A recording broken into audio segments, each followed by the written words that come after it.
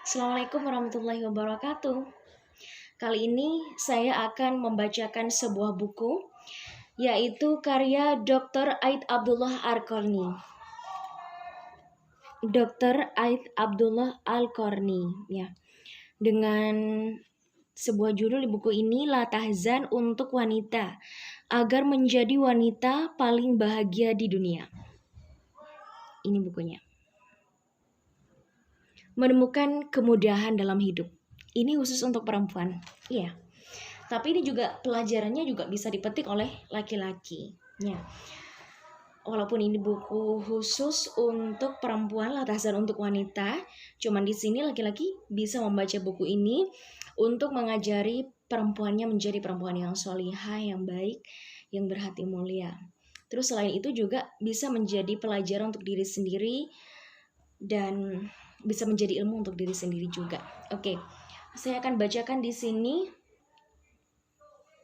Cukup bagimu kemuliaan menjadi wanita muslimah, yaitu di sini di permata ketiga.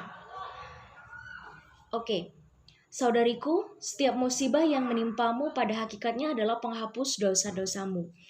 Maka bergembiralah dengan sebuah hadis Rasulullah SAW yang berbunyi, jika wanita taat pada Tuhannya, melaksanakan sholat 5 waktu dan menjaga kehormatannya, maka ia akan masuk surga. Hadis riwayat Ahmad. Itu sebenarnya adalah perkara yang mudah bagi mereka yang telah mendapatkan petunjuk dari Allah. Maka kerjakanlah wahai saudariku, agar engkau bisa bertemu dengan Allah yang maha pengasih dan bahagia hidup di dunia dan akhirat. Berjalanlah pada syariat yang telah ditentukan dalam kitab dan sunnah Rasulnya untuk menjadi wanita muslimah sejati, karena itu adalah kemuliaan besar dan kebanggaan yang bisa engkau rasakan. Berapa banyak wanita yang terlahir di dalam keluarga Nasrani, Yahudi, dan agama lainnya. Sungguh besar nikmat yang telah Allah berikan kepadamu. Allah telah memilihmu untuk hidup di dalam keluarga yang Islami, sehingga engkau bisa menjadi wanita muslimah, menjadi pengikut Muhammad SAW, dan dapat meneladani apa yang telah dilakukan oleh Aisyah, Khadijah, Aisyah, dan Fatimah RA. Maka selamat bagimu wahai saudariku, engkau telah menjalankan sholat 5 waktu, berpuasa, berhaji, dan berhijab sesuai tuntunan agama. Sekali lagi, selamat bagimu yang telah ridho menjadikan Allah sebagai Tuhan, menjadikan Islam sebagai agama, dan Muhammad SAW sebagai utusan Allah. Ya, di sini terangkan bahwa kita sebagai seorang muslimah merupakan kemuliaan kita menjadi seorang wanita muslimah.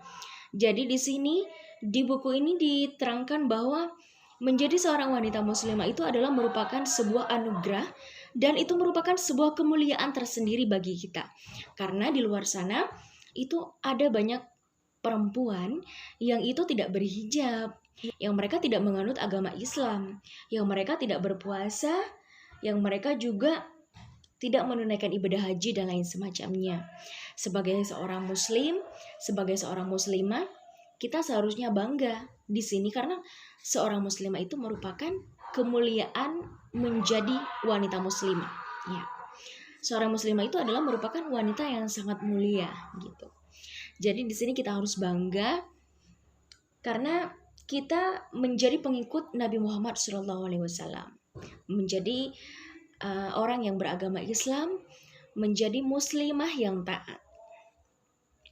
Terus di sini juga kita dapat meneladani apa yang telah dilakukan oleh Aisyah, Khadijah, Aisyah, dan Fatimah RA.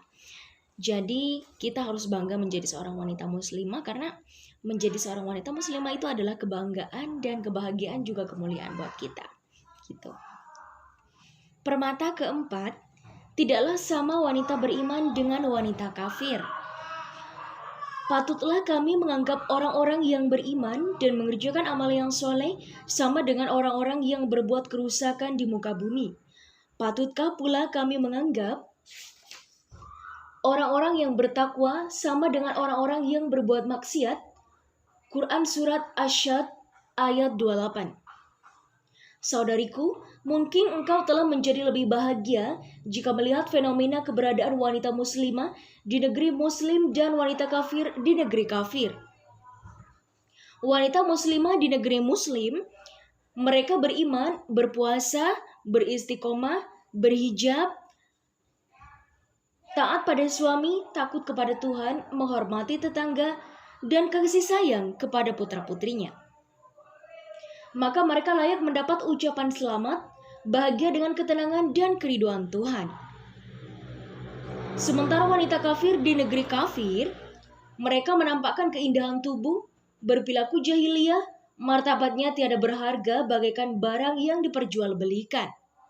Bagaikan barang murah yang dipajang pada setiap tempat tanpa nilai dan tidak dihormati. Maka bandingkanlah antara dua fenomena itu agar engkau merasa lebih bahagia dan bersyukur serta merasa lebih mulia. Ya, di sini di permata keempat dijelaskan bahwa tidaklah sama wanita beriman dengan wanita kafir. Yang pertama di permata ketiga, cukup bagimu kemuliaan menjadi wanita muslimah. Dan di permata keempat kita ini masih nyambung dengan yang permata ketiga, yaitu tidaklah sama wanita beriman dengan wanita kafir. Karena kenapa tidak sama? Karena wanita muslimah itu dia berhijab, dia menutup aurat, dan auratnya itu tidak dipertontonkan untuk orang lain gitu. Sedangkan wanita kafir, wanita yang bukan muslimah, itu mereka mempertontonkan auratnya di halayak ramai gitu. Jadi kita harus bangga menjadi perempuan muslimah karena kita tidak mempertontonkan aurat kita berhijab, dan kita juga menjalankan syariat-syariat yang baik gitu.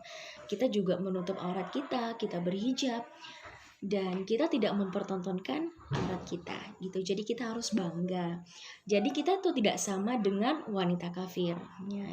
Di permata keempat ini tidaklah sama wanita beriman dengan wanita kafir gitu. Harusnya kita menjadi wanita muslimah itu, menjadi perempuan muslimah, kita harus bahagia gitu. Kita harus bangga gitu. Karena kita berbeda dengan mereka yang non muslim gitu.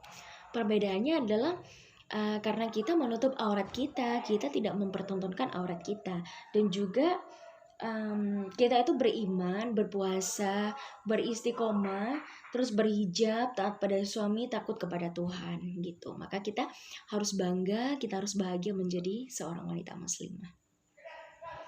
Oke, mungkin itu saja. Sekian. Assalamualaikum warahmatullahi wabarakatuh.